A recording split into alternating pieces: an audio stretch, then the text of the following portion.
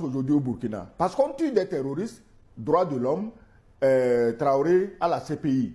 Et qui menace Traoré de la CPI? Les Américains et les Anglais qui ne sont pas membres de la CPI. Paradoxalement. Voilà. Donc, ils sont venus pour protéger les terroristes. Et si tu tues les terroristes, on te menace. C'est ce que Traoré fait, on le menace. Mais en fait, ils ont envie de menacer les 3 pays de ces pays. Mais ils se disent que ça ferait un peu trop gros. On va attraper un et qu'ils servent d'exemple aux autres.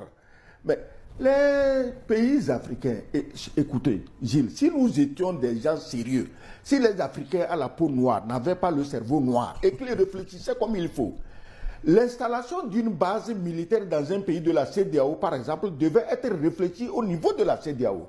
Parce que si la base militaire est chez toi, ce n'est pas toi qu'elle menace, mais elle menace les pays voisins. C'est simple à comprendre.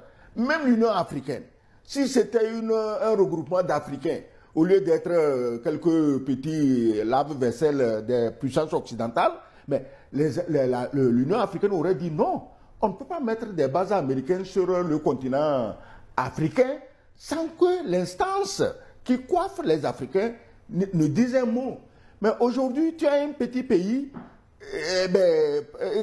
dont la longueur fait 600 km et la largeur à peine 50 km, et il fait mettre une base militaire étrangère chez lui. Mais ce n'est pas lui qui est menacé, c'est les autres qui sont à côté qui sont directement menacés.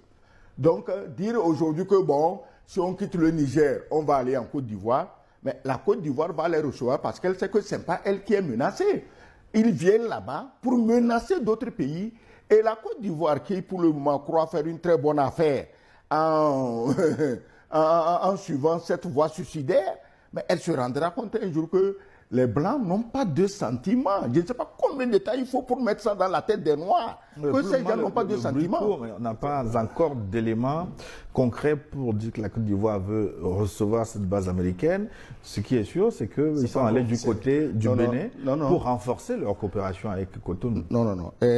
L'homme de l'Afrique comme l'Américain, il était en Côte d'Ivoire et ils ont discuté de la base. Qu'elle soit installée déjà ou non, est-il que l'intention est là et que les autorités ivoiriennes sont d'accord. Ça fait leur problème, c'est leur territoire, ils sont souverains, ils peuvent utiliser, ils peuvent faire installer des bases russes, américaines, coréennes, tout ce qu'ils veulent, c'est leur affaire, mais je dis que quand il y a une base militaire au Togo, ce n'est pas le Togo qui est menacé, c'est les pays voisins qui sont menacés. Donc les Africains devaient s'entendre, la CEDEAO devait s'entendre. Il ne s'agit pas forcément de chasser tous les colons, tous les Européens, non. Mais on peut se dire, bon, au niveau de la CEDEAO, nous acceptons 2 bases étrangères. Bon, les Français sont où? Ils sont là-bas. Les Américains sont où? Ils sont là-bas. Au niveau de la CEDEAO.